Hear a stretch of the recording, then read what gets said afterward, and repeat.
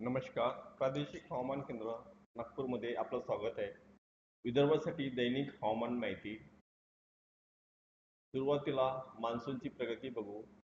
Monsoon उत्तर सीमा 26-5 उत्तर ते 60 पूर्वे, तसेच बारमेर, जयपूर, आग्रा, बांद्रा, सिद्धी, चाईबासा, हल्दिया, पाकूर, पटना, महाराजगंज, देहरादून, उना, पठाणकोट, जम्मू ते 33 डिग्री उत्तर ते 74 डिग्री पूर्वेमधून पुढे जात असलेला आपल्याला चार्टमध्ये दिसत आहे.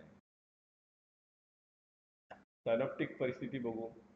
925 HPA विंड चार्टमध्ये दाखवल्याप्रमाणे विदर्भावर येणारी हवा ही पश्चिम दक्षिण दिशेने येत आहे.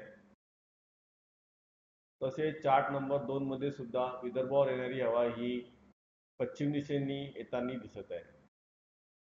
पुढील 3 दिवस हवामानाचा अंदाज.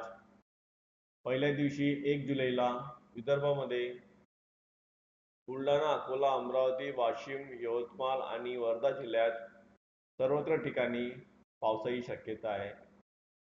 तसेच नागपूर, भंडारा, गोंदिया, गडचिरोली आणि चंद्रपूर जिल्ह्यात बहुधा सर्वत्र ठिकाणी पावसाची शक्यता आहे. दुसऱ्या दिवशी 2 जुलैला अमरावती, अकोला, बुलढाणा, वाशिम, यवतमाळ आणि वर्धा जिल्ह्यात बहुधा सर्वत्र ठिकाणी पावसाची शक्यता आहे. तर नागपूर, भंडारा, गोंदिया, चंद्रपूर आणि गडचिरोली जिल्ह्यात इतर ठिकाणी पावसाची शक्यता आहे. तिसऱ्या दिवशी 3 जुलैला बुलढाणा, अकोला, अमरावती, वाशिम, यवतमाळ, वर्धा जिल्ह्यात बहुधा सर्वत्र ठिकाणी पावसाची शक्यता आहे. तर नागपूर, भंडारा, गोंदिया, चंद्रपूर आणि गडचिरोली जिल्ह्यात विरळ ठिकाणी पावसाची शक्यता आहे.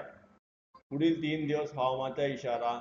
पहिल्या दिवशी 1 जुलैला विदर्भामध्ये सर्व जिल्ह्यांमध्ये विजांचा कडकडाट आणि सोसाट्याचा वारा 30 ते 40 किलोमीटर प्रति तास वाहण्याची शक्यता आहे. तर दुसऱ्या दिवशी 2 जुलैला विदर्भामध्ये आणि 3 जुलैला विदर्भामध्ये सर्व जिल्ह्यांमध्ये विजांचा कडकडाट आणि सोसाट्याचा वारा 30 ते 40 किलोमीटर प्रति तास वाहण्याची शक्यता आहे.